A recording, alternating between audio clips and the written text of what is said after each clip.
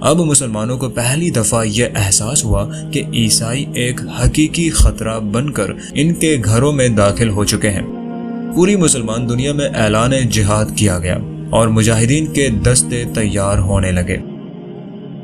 مودود رحمۃ اللہ علیہ، عماد الدین زنگی رحمۃ اللہ علیہ، نور الدین زنگی رحمۃ اللہ علیہ، اسد الدین شیرکوہ اور آخر میں سلطان صلاح الدین ایوبی رحمۃ اللہ علیہ امت مسلمہ کی آبرو کی حفاظت کے لیے میدان جنگ میں اترے اور صدیوں تک صلیبیوں کے لیے دہشت کی علامت بن گئے۔ دوستو، سیاسی قیادت کے فقدان کے باعث فوجی قیادت بھی متاثر ہوتی ہے۔ چنانچہ اس زمانے میں کوئی بھی مسلمان جرنیل اور کمانڈر ایسا نہیں تھا کہ جو تنہا صلیبیوں کا مقابلہ کر سکتا۔ مسلمانوں کے اندر دہشت گرد فرقے پیدا ہو چکے تھے، یعنی حشیشین۔ یہ فرقہ سیاسی قیادت کو خنجر کی نوک پر قتل کر رہا تھا۔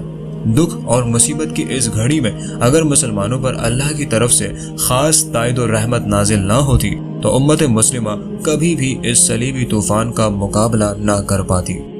اس زمانے میں جنگیں بنیادی طور پر قلعوں کے آس پاس ہوا کرتی تھیں۔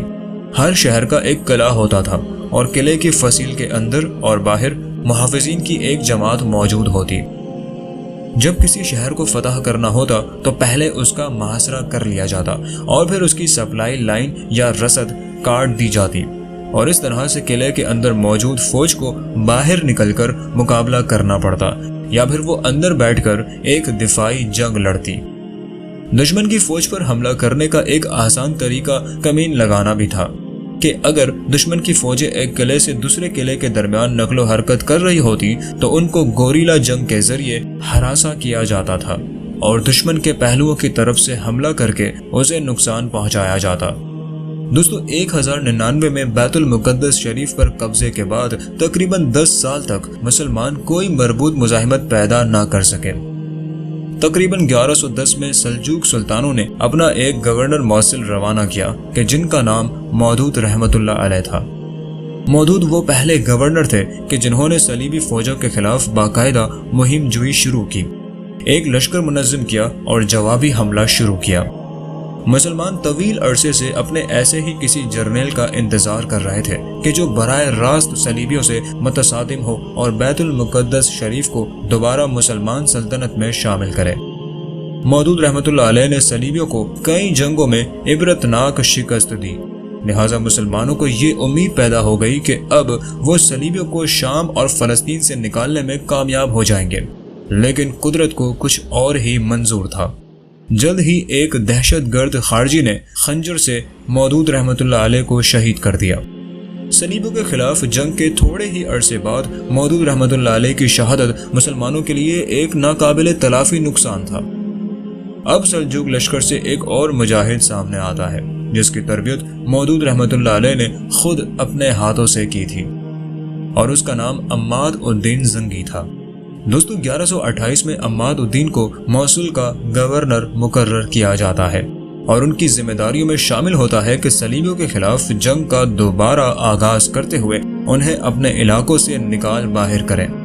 اگلے 20 سال تک عماد الدین زنگی امت مسلمہ کی شمشیر بے نیام کی حیثیت سے مسلمانوں کی عزت و آبرو کا دفاع کرتے ہیں۔ یہ وہی عماد الدین زنگی ہیں کہ جن کے فرزند کو تاریخ میں نور الدین زنگی کے نام سے بھی جانا جاتا ہے۔ اللہ نے عماد الدین زنگی کی شکل میں مسلمانوں کو ایک درویش اور فقیر جرنیل تحفے میں عطا کیا۔ جس وقت عماد الدین زنگی نے حکومت سنبھالی اس وقت شام و فلسطین میں تقریباً تمام قلعے مسلمانوں کے ہاتھ سے نکل کر صلیبیوں کے پاس جا چکے تھے۔ دوستو، عماد الدین کو 3 اطراف سے جنگ کا سامنا تھا۔ ایک طرف سے صلیبی آگے بڑھتے چلے آ رہے تھے اور دوسری جانب مسلمانوں کو اپنی صفوں کے اندر حشیشین جیسے دہشت گردوں کا سامنا تھا کہ جن سے تمام مسلمان قیادت کو خطرہ لاحق تھا۔ تیسری طرف فاطمی خلافت اور وہ تمام ترک سلاطین تھے کہ جو اپنی سلطنت کو وسعت دینے کے لیے خلافت عباسیہ کے جرنیلوں سے حالت جنگ میں رہتے۔ دوستو، حد تو یہ تھی کہ اس جنگ میں کئی مسلمان سردار خود صلیبیوں سے مدد لے کر مسلمانوں کے ہی خلاف جنگ کرتے۔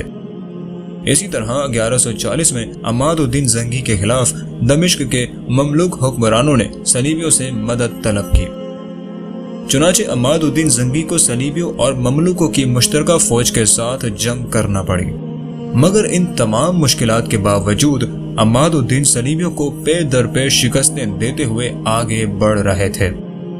اساریب کے مقام پر صلیبیوں کو اس قدر عبرتناک شکست دی گئی کہ صلیبی فوج کی ہڈیاں 60 سال تک اساریب کے مقام پر نشان عبرت کے طور پر پڑی رہی۔ 1144 میں عماد الدین زنگی نے الروحہ کے قلعے کو فتح کر لیا۔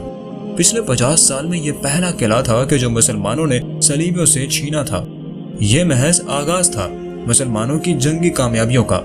پھر مسلمان پے در پے جنگوں میں صلیبیوں کو مسلمان علاقوں سے باہر نکالنے لگے۔ عیسائی نائٹس میں عماد الدین زنگی کی شہرت ان کی غیر معمولی دلیری کی وجہ سے تھی۔ تبریہ پر حملے کے دوران عماد الدین زنگی مخالف لشکروں کو چیرتے ہوئے تبریہ کے مرکزی دروازے پر پہنچ گئے اور وہاں اپنا نیزہ گاڑا اور اسی طرح ان کے لشکر میں سے ہوتے ہوئے واپس اپنی صفوں میں پہنچ گئے۔ عماد الدین زنگی کی اس جرت اور دلیری نے پورے عیسائی لشکر کو دہشت میں مبتلا کر دیا۔ انہوں نے عماد الدین زنگی سے جان چھڑوانے کے لیے ایک سازش تیار کی اور اس مقصد کو پورا کرنے کے لیے ایک ترک غلام کو پیسے دے کر اس بات پر راضی کر لیا گیا کہ وہ عماد الدین زنگی کو شہید کرے گا۔ اس طرح 1146 کے آس پاس عماد الدین کو بھی شہید کروا دیا گیا۔ دوستو، عماد الدین نے شام میں جب بالبک کا قلعہ فتح کیا تو وہاں نجم الدین ایوب کو گورنر مقرر کیا تھا۔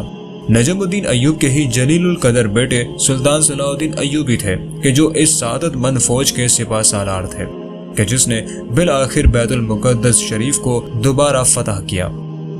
عماد الدین کا سب سے بڑا کارنامہ یہ تھا کہ انہوں نے عربوں اور ترکوں کو متحد کیا اور صلیبیوں کے خلاف باقاعدہ ایک فوج کشی کا آغاز کیا۔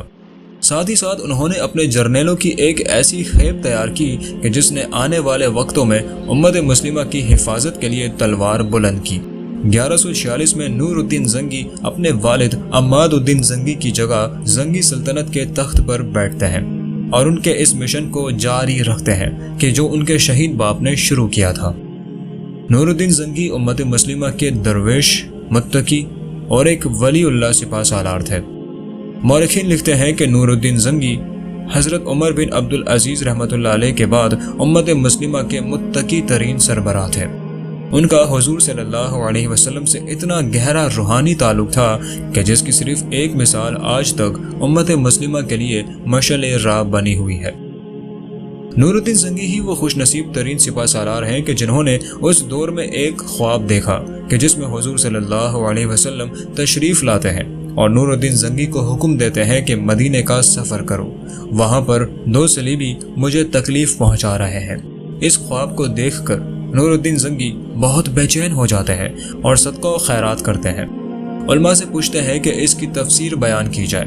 پھر مسلسل کئی مرتبہ آپ کو حضور صلی اللہ علیہ وسلم کی زیارت نصیب ہوتی ہے اور یہی حکم دہرایا جاتا ہے اور ساتھ ہی شکلیں بھی دکھائی جاتی ہیں کہ یہ وہ صلیبی ہے کہ جو مدینے میں حضور صلی اللہ علیہ وسلم کو اذیت پہنچا رہے ہیں۔ علماء بھی یہی مشورہ دیتے ہیں کہ یقیناً مدینے میں کوئی مصیبت آ پڑی ہے، آپ سفر کیجئے اور مدینہ پہنچیں۔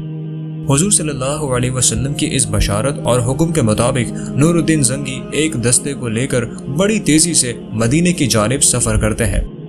بتایا جاتا ہے کہ دمشق سے مدینہ تک کا سفر لگ بھگ 25 دن کا تھا، لیکن نور الدین زنگی اس سفر کو 16 دنوں میں ہی طے کر کے آندھی اور طوفان کی طرح مدینے جا پہنچتے ہیں۔ مدینے پہنچ کر آپ والی مدینہ سے ملاقات کرتے ہیں اور پھر تمام اہل مدینہ کو کھانے پر مدعو کیا جاتا ہے۔ اس دعوت میں سلطان زنگی ان شکلوں کو پہچاننے کی کوشش کرتے ہیں کہ جو آپ کو خواب میں دکھائی گئی تھی۔ جب وہ دونوں شکلیں وہاں موجود لوگوں سے نہیں ملتی تو آپ سخت بے چین ہو جاتے ہیں اور والی مدینہ سے سوال کرتے ہیں کہ کیا کوئی شخص رہ گیا ہے کہ جو ہماری دعوت میں نہ آیا ہو؟ والی جواب دیتا ہے کہ صرف 2 مسلمان متقی ایسے ہیں کہ جو مسجد نبوی شریف سے کچھ فاصلے پر ایک مکان میں رہتے ہیں۔ وہ نہ تو کبھی باہر نکلتے ہیں اور نہ ہی کسی سے ملتے ہیں اور ہر وقت اپنی عبادت میں ہی مشغول رہتے ہیں۔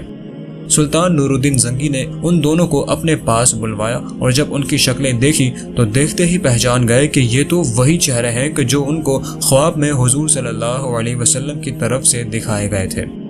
ان دونوں افراد کو وہیں ٹھہرا کر آپ ان کے گھر جاتے ہیں اور جب تلاشی لی جاتی ہے تو ایک سرنگ نظر آتی ہے کہ جو حضور صلی اللہ علیہ وسلم کے روضہ مبارک کی طرف جا رہی تھی۔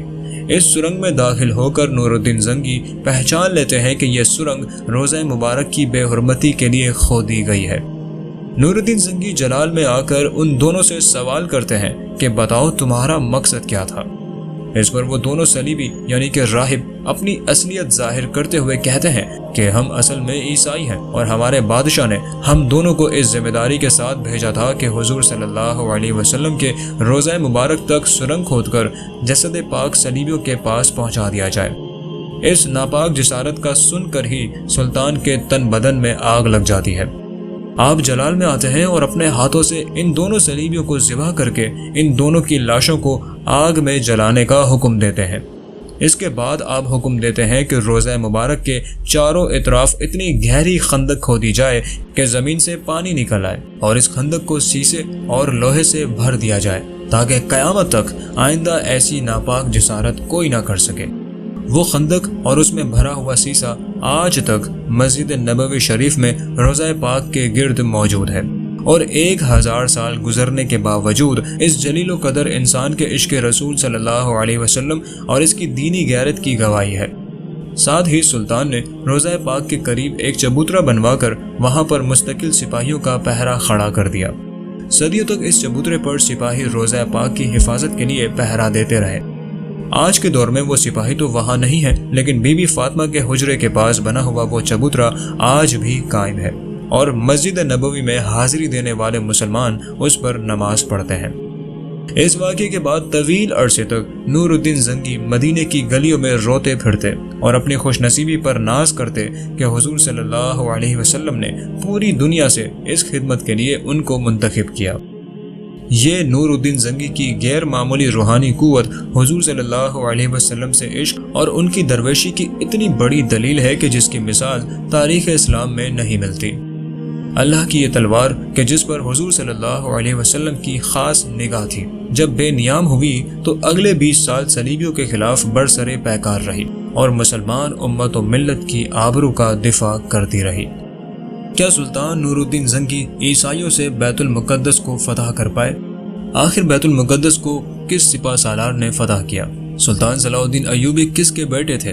یہ سب جانیں گے سلطان صلاح الدین ایوبی سیریز کے پارٹ 6 میں۔ آج کی ویڈیو میں اتنا ہی۔ ویڈیو اگر پسند آئی ہو تو ویڈیو کو لائک کیجیے اور اگر آپ نے ابھی تک چینل کو سبسکرائب نہیں کیا تو جلدی سے سبسکرائب کر لیجیے اور ساتھ ہی بیل کے آئیکن پر کلک کر کے آل نوٹیفیکیشن کو انیبل کر لیجیے تاکہ ہر نئی آنے والی ویڈیو کا نوٹیفیکیشن آپ تک بر وقت پہنچ سکے۔ جاتے جاتے کمنٹ سیکشن میں اپنی قیمتی رائے سے آغاز ضرور کیجیے۔ پھر حاضر ہوں گے اگلی ویڈیو کے ساتھ۔ تب تک اپنا اور اپنے پیاروں کا بھرپور خیال رکھیے۔ ظہیر احمد کو دیجیے اجازت۔ اللہ حافظ۔